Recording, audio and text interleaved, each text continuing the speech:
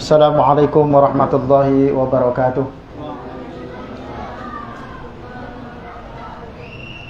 Innal hamdalillah nahmaduhu wa nasta'inuhu wa nastaghfiruh wa na'udzu billahi min shururi anfusina wa min sayyiati a'malina. May yahdihillahu fala mudilla lahu wa may yudlilhu fala hadiya lahu. Asyhadu an la ilaha illallah wahdahu la syarika lahu wa asyhadu anna Muhammadan 'abduhu wa rasuluhu la nabiyya wa rasula ba'da. Allahumma salli wa sallim ala nabiyyina Muhammadin wa ala alihi wa ashabihi wat tabi'in wa man tabi'ahum bi ihsanin ila yaumiddin. Rabbi shrah li sadri wa yassir li amri wahlul 'uqdatam min lisani yafqahu qawli, amma ba'du.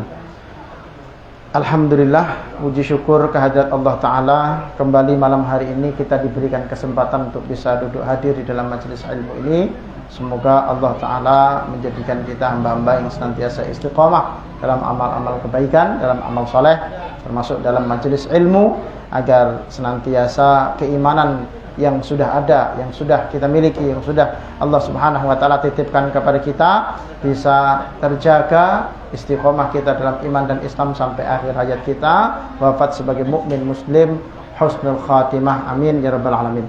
Salawat dan salam semoga terlimpah kepada Nabi kita, Nabi mulia Nabi Muhammad sallallahu alaihi wa alihi wasallam, beserta ahli bait, kerabat, sahabat, dan mudah-mudahan kita termasuk umat beliau yang istiqomah mengikut sunnahnya kelak di yaumil qiyamah mendapatkan syafaatnya, amin ya rabbal alamin.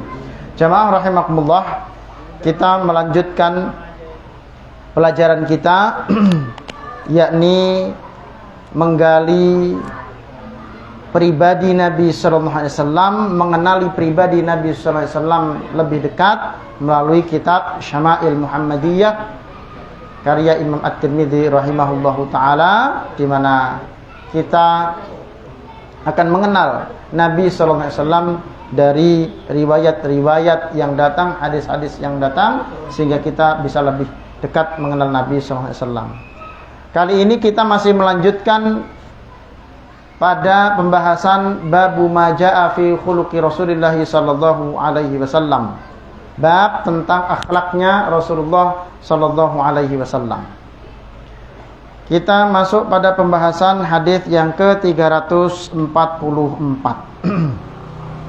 Hadatsana Ishaq ibn Musa qala, ia berkata, hadatsana telah menuturkan kepada kami Yunus ibn Bukair an dari Muhammad ibn Ishaq an Ziyad ibn Abi Ziyad an Muhammad ibn Ka'ab al-Quradi an Amr ibn As dari Amr bin As radhiyallahu anhu qala, ia berkata, kana Rasulullah sallallahu alaihi wasallam yuqbilu bi wajhihi wa hadithihi ala asyarril qaum.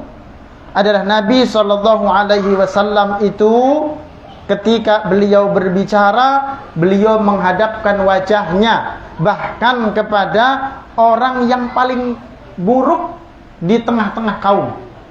Kepada orang yang paling buruk pun, orang yang paling tidak baik perangainya, akhlaknya, Nabi sallallahu alaihi wasallam ketika berbicara menghadap wajahnya, menghadapkan wajah Nabi sallallahu alaihi wasallam. Yata'allafuhum bidzalik. Hal yang demikian itu membuat hati mereka menjadi lembut, menjadi jinak. Hati orang-orang yang berbicara dengan Nabi sallallahu alaihi wasallam itu menjadi lembut. Fakana yuqbilu biwajhihi wa hadithi alayya. Demikian juga Nabi sallallahu alaihi wasallam ketika berbicara denganku, kata Amr bin As yang meriwayatkan hadis ini, kata beliau, Nabi sallallahu alaihi wasallam ketika berbicara, ketika ngobrol denganku, itu Nabi sallallahu alaihi wasallam menghadapkan wajahnya kepadaku, hatta dhanantu anni khairul qaum, sehingga aku merasa aku ini sebagai orang yang paling baik di tengah-tengah kaum. Maksudnya apa? Amr bin As ini saking Nabi sallallahu alaihi wasallam kalau ngobrol itu fokus perhatian kepada lawan bicaranya. Dalam hal ini Amr bin As, sampai Amr bin As ini kegeeran, sampai dia menyangka kayaknya aku ini penting banget di hadapan Nabi sallallahu alaihi wasallam. Sepertinya saya ini dianggap sangat penting di hadapan Nabi sallallahu alaihi wasallam. Saking GR-nya, fakultu, kemudian Amr bin As mengatakan, ya Rasulullah, ana khairun au Abu Bakrin. Kata Amr bin As, saya sama Abu Bakar baik mana? Kata Nabi SAW, Abu Bakrin. Jujur Nabi SAW mengatakan, Abu Bakar lah. Dan begitu. Fakultu, dia belum puas. Karena saking GR-nya dipandang Nabi, kalau bicara itu Nabi seperti menghormati, menghargai sekali. Kemudian beliau melanjutkan, ya Rasulullah, ana khairun au Umar. Kalau gitu saya sama Umar bagus mana? Baik siapa? Faqala Nabi SAW menjawab, Umar lah. Kan begitu. Fakultu belum puas, dia lanjut lagi. Aku berkata lagi, ya Rasulullah, ana khairun au Uthman. Saya atau Uthman yang lebih bagus? Qala Uthman, kata Nabi SAW masih menjawab Uthman. Falamma sa'altu Rasulullah sallallahu alaihi wasallam fasadaqani falawadittu anni lam akun sa'altuh. Baru kemudian ketika aku bertanya kepada beliau, beliau menjawab dengan jujur, beliau menjawab dengan benar, maka aku berkeinginan agar aku tidak menanyakannya lagi kepada beliau, tidak mau lanjut lagi. Takut nanti akhirnya dia ranking jauh, ini makin jauh aja dia. Makin banyak orang ditanya, makin baik, orang lain lebih baik, orang lain lebih baik. Nanti akhirnya malah makin jauh. Ya, ini hanya disebut 3 aja, minimal dia ranking 4, harapan 1, Pak. Ya. Tapi kalau disebut 10 lagi, ranking 11 dia keluar dari 10 besar. Ya. Apa pelajarannya dari apa yang diriwayatkan sahabat ini sampai sedemikian? Sahabat Amr bin As itu merasa di hadapan Nabi sallallahu alaihi wasallam karena Nabi itu menghormati lawan bicaranya siapapun dia. Bahkan sebelum membicarakan dirinya, Amr bin As itu memberi disclaimer dulu bahwa Nabi sallallahu alaihi wasallam kepada siapapun begitu cara Nabi berbicara. Kalau ngobrol, Nabi menghadapkan wajahnya kepada lawan bicaranya. Hatta sekalipun orang yang diajak bicara atau lawan bicaranya adalah orang paling buruk di tengah-tengah kaum itu. Orang yang paling rendah, orang yang paling mungkin diremehkan oleh orang lain. Apalagi kepada orang yang paling mulia. Kalau kita perhatian ngobrol sama orang yang berpangkat, sama orang kaya, sama orang berpengaruh, terus kita fokus perhatian, wajar, ya. Tetapi Nabi SAW memang tidak pilih, semua orang begitu. Sampai Amr bin As mengatakan, Amr bin As ini mau menyampaikan bahwa aku GR ini sebenarnya bukan aku aja. Kalau dilihat bagaimana cara Nabi SAW, akhlak Nabi di dalam berinteraksi, akhlak Nabi di dalam ngobrol, bercakap-cakap dengan para sahabatnya, dengan siapapun itu. Ya. Nah, ini akhlak Nabi SAW yang harusnya kemudian kita contoh, kita teladani. Dan jelas efeknya secara langsung Amr bin As itu merasa bahwa dirinya itu dihargai, dihormati. Ini adabnya kalau kita bicara, jangan sampai lawan kita bicara menghadap kita, lalu wajah kita menghadap ke tempat lain. Ya. Noleh ke kanan, ke kiri, atau menunduk. Kalau sekarang fitnahnya itu apa? HP, Pak. Kita sedang ngobrol, orang memandang wajah kita ngobrol, kita lihat HP. Ya. Padahal nggak penting-penting amat. Nggak ada juga yang nelpon. Ya. Kita melihat HP. Nabi SAW pernah di dalam sebuah riwayat, hadis sahih riwayat Imam Nasa'i, diriwayatkan dari Abdullah bin Abbas radhiyallahu anhu. Kata Abdullah bin Abbas, "Inna Rasulullah sallallahu alaihi wasallam ittakhadha khataman falabisahu." Suatu ketika Nabi sallallahu alaihi wasallam membuat atau mengambil sebuah cincin, lalu kemudian Nabi sallallahu alaihi wasallam memakainya. Qala, lalu kemudian Nabi sallallahu alaihi wasallam bersabda, "Syaghalani hadza ankum mundhul yaumi ilaihi nadhratun wa ilaikum nadhratun thumma alqahu." Kata Nabi sallallahu alaihi wasallam, aku pakai cincin ini, lalu saking senangnya dengan cincin ini, sama Nabi dilihatin terus. Cincin barunya Nabi itu dilihatin terus, nih kok cincin bagus. Sehingga kata Nabi pas lagi berbicara, ketika sedang berbicara, lagi ngobrol, itu Nabi orang sedang ngobrol, Nabi teralihkan perhatiannya kepada cincin itu, dilihat cincin itu. Apa kata Nabi SAW? Gara-gara itu seharian aku memandangin cincin, dilepas cincinnya aku buang, kata Nabi SAW. Aku lemparkan cincin ini. Mestinya kita begitu juga tuh. Ngobrol gara-gara main HP, kita nggak perhatian, HP kita lempar. Ya. Dan memang kenyataannya begitu, sangat tidak nyaman kita ketika kita ada lawan bicara kita sedang bicara, lalu orang lain main HP. Tapi saya kerja Ustaz, saya punya aktivitas di HP ini. Ini adab kalau sekarang misalnya karena anggaplah ini kebutuhan. Saya kerjanya ini selalu ini Ustaz. Kalau orang informasi sini. Ketika berbicara kita mau ngangkat telepon kayak itu, mau membalas, izin dulu kepada lawan bicara. Mohon maaf saya ini begitu. Jangan sampai kemudian lawan bicaranya ini merasa dianggap tidak penting. Ini psikologi manusia. Semua manusia itu selalu ingin dianggap dirinya penting. Semua manusia. Maka kita akan menjadi dihargai, disenangi oleh orang lain kalau kita itu mampu membuat orang merasa penting di hadapan kita. Sama seperti Nabi sallallahu alaihi wasallam.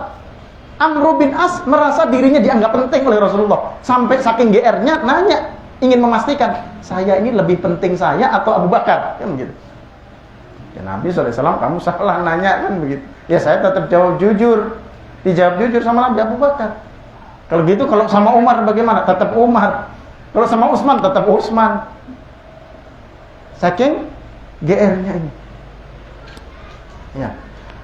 Maka jemaah yang dirahmati oleh Allah Subhanahu wa taala, inilah adab, dan para salaf itu memperhatikan adab berbicara ini. Imam Hasan Al-Basri, salah seorang ulama besar dari kalangan tabi'in, pernah mengatakan, "Idza jalastu fakun ala an tasma'a, ahris minka ala an taqul, wa la ta'lamu husnal istima' kama tata'allamu husnal qaul, wa la tuqta'u ala ahadin haditha." Apabila engkau sedang duduk berbicara dengan orang lain, hendaklah engkau bersemangat mendengarkan melebihi semangat engkau berbicara. Kita ini senangnya kalau berbicara pengen didengar, tapi ketika orang lain berbicara enggak mau dengar. Ya. Belajarlah menjadi pendengar yang baik, kata Imam Hasan Al-Basri, sebagaimana engkau belajar menjadi pembicara yang baik. Janganlah engkau memotong pembicaraan orang lain. Ini adabnya. Kalau bicara dengan orang, wajah dihadapkan, lalu kemudian kita mendengar, antusias. Menampakkan antusiasmenya. Kalau kata Pak Ari Ginanjar itu, ya, karena beliau praktisi komunikasi, ya, emotional question, katanya ada rumusnya, Pak. Kalau ngobrol sama orang itu, setiap 3 detik anggukkan kepala. Menunjukkan bahwa kita berminat sama omongan orang itu, ya. Tatap mukanya gitu ya. Setiap 3 detik sekali, setiap obrol 3 detik sekali. Orang merasa diperhatikan. Ya. Orang merasa dihormati, orang merasa dihargai. Dia akan senang ngobrol dengan kita. Dia akan senang berdiskusi dengan kita ketika kita memperhatikannya. Jangan kemudian kita, karena biasanya kita karena saking semangatnya ini, kadangkala juga memotong pembicaraan orang tuh kadang-kadang nggak sengaja. Saking semangatnya ngobrol, saking semangatnya bicara, si lawan bicara tentang tema A misalnya. Kebetulan tema itu kita juga punya pengalaman yang sama. Kita antusias. Buru-buru kita ingin menceritakan pengalaman yang sama. Oh sama, saya juga. Padahal dia belum selesai bicara. Selesaikan dulu dia cerita. Oh gitu ya. Kalau dia sudah bahannya udah habis, selesai dia cerita, baru kita gantian cerita. Dia belum selesai cerita, kita udah, oh sama dengan saya. Kan kita biasa begitu. Sok asik kalau bahasa kita sekarang tuh ya. Padahal nggak asik sama sekali kalau ada orang ngomong belum selesai, kita sudah menimpali. Sebenarnya niat kita baik, cuma teknisnya salah. Niat kita baik, karena saya perhatian, maka saya ikut juga ngobrol dengan tema yang sama. Ya. Disangkanya orang seneng.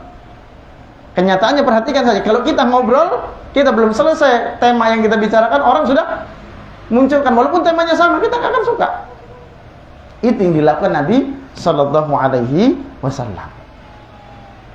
Di dalam riwayat athar dari Abdullah ibn Abbas radhiyallahu anhu, beliau Abdullah bin Abbas pernah mengatakan, li jalisi alayya thalathun.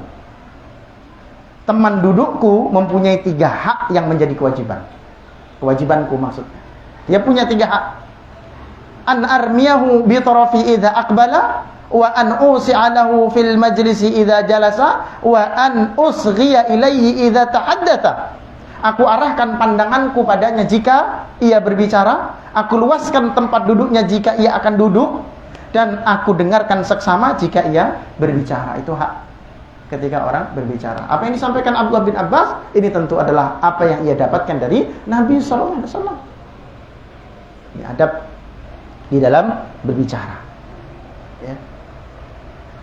Dan sekarang teknik komunikasi seperti ini itu diajarkan, ada trainingnya di kampus-kampus, misalnya di komunikasi, ilmu komunikasi itu diajarkan teknik bagaimana supaya kemudian berbicara itu efektif, mendengar itu efektif, diskusi itu efektif dengan tujuan-tujuan duniawi. Ya, kalau Anda jadi seorang negosiator misalnya, itu diajari bagaimana caranya mendengar orang dengan baik supaya orang itu senang kalau Anda hadir. Soalnya kita mau negosiasi bisnis supaya bisnisnya goal, kan begitu. Itu ada pelajarannya, bahkan ada pelatihannya, ada trainingnya. Yang itu semua sesungguhnya sudah diajarkan, dicontohkan oleh Nabi SAW. Dan Nabi SAW mengajarkan itu semua dilakukan bukan untuk keuntungan duniawi, tapi untuk mendapatkan ridha Allah Subhanahu wa taala, untuk mendapatkan pahala lebih tinggi lagi derajatnya, lebih mahal lagi akhlaknya karena ditujukan kepada Allah. Ya, supaya apa? Kalau tujuannya adalah mendapatkan pahala, bisa jadi kemudian kita sudah berakhlak baik, ketika ngobrol kawan kita akhlaknya tidak baik misalnya, kita tidak kecewa, tidak mendapatkan hasil dunianya langsung, karena kita yakin sudah dicatat oleh Allah Ta'ala. Ya. Nah, demikian jemaah yang dirahmati oleh Allah Subhanahu wa taala, akhlak yang dicontohkan oleh Nabi sallallahu alaihi wasallam ketika bertutur kata, ketika berbincang-bincang, ketika ngobrol. Ya. Nah, ini kita teladani apa yang dicontohkan oleh Nabi sallallahu alaihi wasallam di dalam akhlaknya, di dalam berbincang-bincang. Ya. Kita lanjutkan hadis yang ke-345. Haddatsana Qutaibah ibn Sa'id, telah menuturkan kepada kami Qutaibah ibn Sa'id, qala, ia berkata, haddatsana, telah menuturkan kepada kami Ja'far ibn Sulaiman ad-Dubai an Thabit, dari Thabit, an Anas ibn Malik radhiyallahu anhu, dari Anas bin Malik, semoga Allah meridhoinya. Ini pembantunya Nabi sallallahu alaihi wasallam, bukan budak, ya. Anas bin Malik 10 tahun, usia 10 tahun dia diantarkan oleh ibunya untuk menjadi maulanya Nabi sallallahu alaihi wasallam, yang melayani kebutuhan Nabi sallallahu alaihi wasallam, mengambilkan air kalau Nabi sallallahu alaihi wasallam berkebutuhan air untuk mandi, untuk berwudu, menyiapkan makanan, itu Anas bin Malik. Qala, ia berkata, khadamtu Rasulullah sallallahu alaihi wasallam 10 sinin. Aku telah menjadi pembantu Nabi sallallahu alaihi wasallam, menjadi pelayannya Nabi sallallahu alaihi wasallam 10 sinin, selama 10 tahun. Fama qala li uffin qat, dan tidak pernah sama sekali aku mendengar Nabi sallallahu alaihi wasallam berkata uff kepadaku. Maksudnya mencela, kesal, kamu ini, gitu loh. Ya. Kata Anas bin Malik, wa ma qala li syai'in sana'tuhu lima sana'tahu wala li syai'in taraktuhu lima taraktah. Kemudian kata beliau juga tidak pernah mengomentari apa yang aku lakukan dengan mengatakan, mengapa engkau lakukan itu, mengapa engkau lakukan ini, atau mengomentari terhadap sesuatu yang tidak aku kerjakan, mengapa tidak kau lakukan ini, begitu. Ya. Nabi sallallahu alaihi wasallam tidak pernah protes kepada Anas bin Malik, kenapa kamu kok enggak begini? Ya. Suatu ketika pernah Anas bin Malik ini disuruh oleh Nabi sallallahu alaihi wasallam untuk suatu keperluan, mengantar suatu barang atau pesan, begitu ya. Ternyata karena Anas bin Malik ini masih anak-anak, umurnya belasan tahun, kan begitu, menjadi maulanya Nabi sallallahu alaihi wasallam, di tengah jalan ketemu kawannya lagi main, singgahlah dia. Nabi nunggu, ini kok enggak pulang-pulang ini anak. Nabi datang, Nabi tegur, Nabi katakan sudah dikerjakan atau belum, tapi Nabi sallallahu alaihi wasallam tidak pernah mencela, tidak pernah marah kepada maulanya itu, kepada Anas bin Malik radhiyallahu anhu. Ya. Wa kana Rasulullah sallallahu alaihi wasallam min ahsanin nasi khuluqa, dan adalah Nabi sallallahu alaihi wasallam adalah orang yang paling baik akhlaknya. Wala masastu khazzan wala hariran wala syai'an kana alyana min kaffi Rasulillah sallallahu alaihi wasallam. Aku tidak pernah menyentuh sutra, baik sutra tebal maupun sutra tipis, ya. Khazzan atau harir, sutra tebal khazzan, sutra tipis harir, itu kain yang lembut. Tidak ada yang lebih lembut daripada telapak tangannya Nabi sallallahu alaihi wasallam. Wala syamamtu miskan qattu wala itran kana atyaba min araqin Nabi sallallahu alaihi wasallam, dan tidak pernah aku mencium misik, ya, parfum misik atau parfum apapun itu, kana atyaba min araqin Nabi sallallahu alaihi wasallam, yang lebih wangi daripada keringatnya Nabi sallallahu alaihi wasallam. Kata Anas bin Malik, tangannya lembut, keringatnya wangi Nabi sallallahu alaihi wasallam. Bukan hanya fisiknya yang indah, tapi juga akhlaknya juga lembut dan wangi akhlak Nabi sallallahu alaihi wasallam. Tidak pernah Nabi mencela pekerjaan dari maulanya. Kenapa ini kok begini? Kenapa ini kok begitu? Tidak pernah Nabi meremehkan orang lain, hatta sekalipun itu adalah seorang pembantu yang masih muda, yang masih anak-anak, tidak pernah dimarahi oleh Nabi sallallahu alaihi wasallam. Ini akhlaknya Nabi sallallahu alaihi wasallam. Ya. Kalau hari ini apalagi sudah merasa membayar. Kadang-kadang ada tuh majikan bayar dia, pembantunya itu bukan budak, tapi ngasih kerjaan ngalah-ngalahi budak. Ya. Seolah-olah dia memiliki si orang ini. Pembantu jadi diperlakukan seperti budak misalnya. Dicela-cela kalau dia salah, dimarahin kalau dia salah. Tidak seperti itu Nabi sallallahu alaihi wasallam. Orang yang bekerja dengan kita, sekalipun itu seorang pembantu misalnya, orang secara zahir, mata orang memandang itu rendah, tapi tidak boleh kita memandang rendah. Pada kenyataannya bagaimana? Ada majikan kalau sama pembantu misalnya seperti menguasai, seperti merendahkan, tapi begitu ditinggalkan pembantunya, pusing 7 keliling dia. Pekerjaannya nggak bisa dikerjakan. Ini menunjukkan bahwa dia pun membutuhkan si pembantu yang dianggap rendah itu. Maksudnya apa? Tidak boleh sama sekali kita meremehkan orang lain. Khawatirnya ini nanti masuk pada sifat sombong yang disebut oleh Nabi sallallahu alaihi wasallam. Yang disebut sombong itu batarul haqqi wa ghamtun nas, ketika orang itu menolak kebenaran atau meremehkan orang lain. Kalau sudah ada di dalam hati kita itu perasaan meremehkan orang lain, orang ini lebih rendah daripada saya, ya, orang ini lebih rendah daripada kita, orang ini lebih bodoh daripada kita, bahkan kita katakan seperti itu, aku lebih baik daripada dia, maka ini bagian daripada kesombongan, ya. Siapapun itu, seorang majikan kepada pembantu, seorang atasan kepada bawahan, bahkan hatta sekalipun seorang guru kepada muridnya, tidak boleh memandang ini kan murid saya, ilmunya lebih rendah daripada saya, berarti saya lebih mulia daripada dia. Belum tentu, ya. Tidak boleh kita kemudian memiliki perasaan meremehkan seperti itu. Itu yang dicontohkan oleh Rasulullah, orang yang paling mulia di antara kita, tapi tidak pernah merasakan dirinya atau meremehkan orang lain karena kemuliaan dirinya.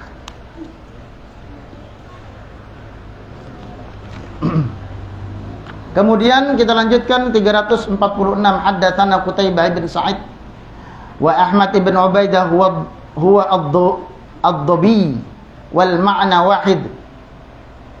Qala, keduanya berkata, haddatsana Ahmad ibn Zaid an Salim al-Alawi an Anas bin Malik radhiyallahu anhu, dari Anas bin Malik radhiyallahu anhu juga, an Rasulullah sallallahu alaihi wasallam, dari Rasulullah sallallahu alaihi wasallam, annahu kana indahu rajulun, suatu ketika ada seorang laki-laki mendatangi Nabi sallallahu alaihi wasallam, atau di sisi Nabi sallallahu alaihi wasallam, bi atarun sufrah, yang laki-laki ini ada bekas berwarna kuning yang ada di bajunya, ya. Kuning ini apa? Kuning ini yang dimaksud adalah parfum yang menempel di baju, parfum, jenis parfum yang ada warnanya, ya, itu parfum za'faron. Za'faron itu kalau sekarang orang lebih mengenalnya saffron, ya. Biasanya sekarang orang jual bunga-bunganya itu. Nah, itu salah satu bahan untuk membuat kosmetik juga, termasuk parfum. Orang Arab menyebutnya za'faron. Nggak tahu juga sampai di kita kok jadi saffron itu bagaimana, ya. Itu kan kuning gitu, ya. Nah, itu kalau jadi parfum kena baju warna putih jadi kuning dia. Qala, kemudian dikatakan oleh perawi, wa kana Rasulullah sallallahu alaihi wasallam la yakadu yuwajihu ahadan bi syai'in yakrah. Nabi SAW sepanjang orang ini ada di sisinya, itu tidak menegur orang itu, tidak menyinggung sama sekali soal warna kuning yang menempel di bajunya itu. Falamma qama, setelah orangnya pergi, qala lil qaum, baru Nabi SAW ngomong kepada sahabat-sahabat yang lain, lau qultum lahu yadahu hadhihi sufra, kalau bisa kasih tahu teman itu jangan lagi pakai kuning itu, ya, jangan lagi pakai kuning itu. Nabi menegur. Nah, ini salah satu larangan juga yang dilarang seorang laki-laki memakai parfum za'faron, karena di sana itu za'faron itu identik dengan kosmetik wanita, ya, parfumnya wanita. Sebagaimana dalam sebuah hadis disebutkan bahwa kata Nabi sallallahu alaihi wasallam, at-tibur rijali ma dhahara rihuhu wa khafiya launuhu wa khafiya launuhu wa tibun nisa'i ma dhahara launuhu wa khafiya rihuhu. Riwayat Imam Nasa'i, kata Nabi sallallahu alaihi wasallam, parfumnya laki-laki itu nampak aromanya tetapi tidak nampak warnanya. Sedangkan parfumnya atau kosmetiknya wanita itu nampak warnanya tetapi tidak nampak aromanya. Nah itu. Kalau laki-laki boleh pakai parfum yang kuat tapi jangan berwarna. Nah, ini para ulama kemudian menjelaskan, ya laki-laki itu jangan pakai make up yang berwarna-warni. Laki-laki di make up-i, pakai shadow, pakai gincu gitu ya. Itu menyerupai wanita, dan Allah dan Rasulnya itu melaknat laki-laki menyerupai wanita dan wanita menyerupai laki-laki. Ya, parfumnya saja sampai ditegur oleh Nabi sallallahu alaihi wasallam. Kalau wanita itu boleh pakai make up berwarna, tapi ini dia berdandan di hadapan suaminya saja tentu saja, ya. Kalau laki-laki walaupun di hadapan istrinya nggak boleh tetap dandan. Enggak apa-apa, di hadapan istri saya pakai gincu, misalnya begitu. Istri saya suka kalau bibir saya merah misalnya, nggak boleh. Nah, itu tidak boleh. Supaya kelihatan glowing pakai bedak tadi itu, pakai bedak, pakai eyeshadow, ya apa-apalah kan begitu. Nah, itu tidak diperkenankan. Iya. Kalau wanita boleh pakai make up yang ada warnanya seperti itu, tetapi tidak boleh yang menyengat aromanya, wabil khusus kalau itu tercium aromanya itu oleh laki-laki ajnabi atau laki-laki asing yang bukan mahramnya, bukan suaminya. Kata Nabi SAW, siapa saja wanita yang memakai wewangian lalu kemudian dia melewati laki-laki dengan sengaja supaya aromanya tercium, maka kata Nabi SAW, dicatat dia sebagai seorang pezina. Dicatat dia sebagai seorang wanita pezina, kata Nabi sallallahu alaihi wasallam. Jadi bukan tidak boleh wanita itu pakai parfum, tetapi tidak boleh pakai parfum yang menyengat, parfumnya banyak. Maka kalau bisa wanita pakai parfum semacamnya itu dipakai di badan, tapi jangan di pakaian. Ya, itu sebaiknya tidak dipakai di pakaian.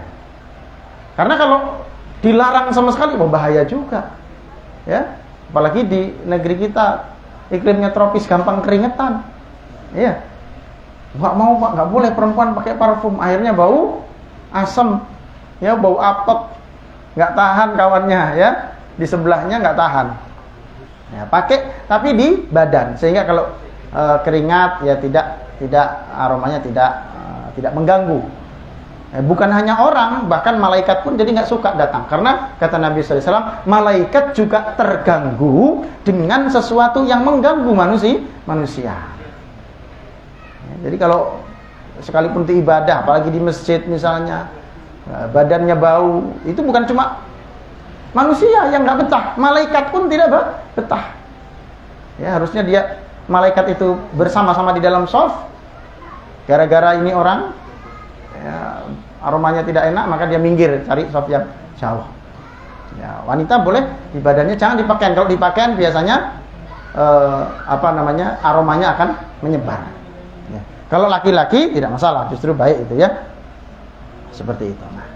Nah, Nabi SAW akhlaknya, sekalipun itu adalah sesuatu yang dibenci oleh Nabi SAW, sekalipun itu sesuatu yang tidak baik, Nabi tidak langsung menyinggung orang ini. Ya, cara menasihatinya. Coba, kata Nabi SAW, begitu orang itu pergi, Nabi sampaikan kepada kawannya, coba kau tegur mereka. Kenapa? Karena kalau Nabi yang menegur dengan sahabat yang menegur, itu beda. Nabi langsung menegur di depan sahabat-sahabatnya. Nanti dia akan malu di hadapan sahabat-sahabatnya dan mungkin malu juga di hadapan Nabi sallallahu alaihi wasallam. Segan dia di hadapan Nabi sallallahu alaihi wasallam. Tapi kalau ditegur sesama teman, kamu tegur temanmu yang itu ya nanti gitu. Sehingga dia tidak menyangka bahwa Rasulullah tahu. Gitu kan?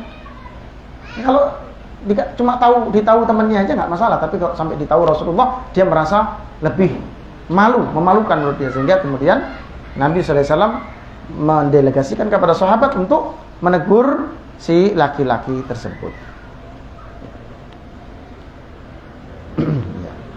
Jam berapa Isya?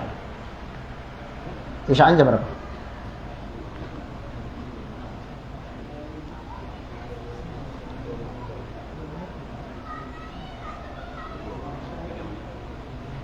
Tiga 5 3:06. Ya. Kita lanjutkan sedikit satu hadis. Hadatsana Muhammad ibn Bashar qala, ia berkata hadatsana Muhammad ibn Ja'far qala hadatsana Syu'bah an Abi Ishaq an Abi Abdullah Al-Jadali wasmuhu, dan namanya adalah Abdullah ibn Abd, an Aisyah, dari Aisyah radhiyallahu anha, annaha qalat, bahwa beliau Aisyah istri Nabi ini berkata, lam yakun Rasulullah sallallahu alaihi wasallam fahishan, bukanlah Rasulullah sallallahu alaihi wasallam itu orang yang jelek akhlaknya, yang buruk, tidak, wala mutafahishan, dan tidak pula Nabi itu suka menjelekkan orang lain, wala dhakhaban fil aswaq, dan Nabi bukan orang yang suka berteriak-teriak di pasar-pasar, wala yajzi'u bis sayyi'ati sayyi'ah, Nabi sallallahu alaihi wasallam itu tidak suka membalas keburukan dengan keburukan, walakin ya'fu wa yasfahu, akan tetapi Nabi sallallahu alaihi wasallam itu suka memaafkan dan melupakan. Ini kalau urusannya adalah urusan pribadi. Sebagaimana disebutkan di dalam hadis yang lalu, bahwa Nabi itu kalau urusan pribadi, di dalam hadis disebutkan Nabi tidak pernah membela diri. Kalau urusannya urusan pribadi. Bahasa sahabat itu Nabi tidak pernah menang. Kalau ada orang nuduh, orang menzolimi Nabi, itu Nabi tidak pernah menang. Maksudnya apa? Nabi tidak pernah membela diri kalau itu urusannya pribadi. Tapi kalau urusan agama, Nabi yang paling duluan dan paling marah. Ini orangnya, Nabi SAW begitu lembutnya kalau urusan pribadi, ya. Tidak pernah kemudian mentang-mentang haknya kita. Ini kan kalau sudah hak kita, ini hak saya, mentang-mentang marah-marah, mencak-mencak, ya. Yang kadangkala itu kemudian bisa menjadi bumerang dan kita sesali di ujungnya, baru kemudian kita menyesalinya, karena marah-marah itu kadang tidak menyelesaikan masalah, justru menambah masalah. Sekali lagi, kalau itu urusan pribadi, kalau itu masalah pribadi yang dizalimi kita, lebih baik sebagaimana Nabi contohkan, mengalah itu jauh lebih baik. Kalau dalam urusan pribadi seperti ini, kaidah yang waras ngalah itu bagus saja, ya. Yang tidak boleh itu kalau kaidah dalam masalah agama, nggak ada kaidah yang waras ngalah. Kalau dalam masalah agama kita pakai kaidah yang waras ngalah, akhirnya orang gila jadi pemuka agama. Ceramahnya bahasa semut, bahasa jin. Nah itu gara-gara apa? Yang waras ngalah. Akhirnya yang gila jadi pemimpin agama. Naudzubillah min dzalik. Ya, mudah-mudahan kita bisa meneladani akhlak Nabi sallallahu alaihi wasallam. Semoga kita mendapatkan keberkahan, kelak mendapatkan syafaat. Demikian yang dapat saya sampaikan, semoga ada manfaat. Mohon maaf bila ada salah dan khilaf. Usikum wa nafsi bi taqwallah, ihdinas shiratal mustaqim. Wassalamualaikum warahmatullahi wabarakatuh.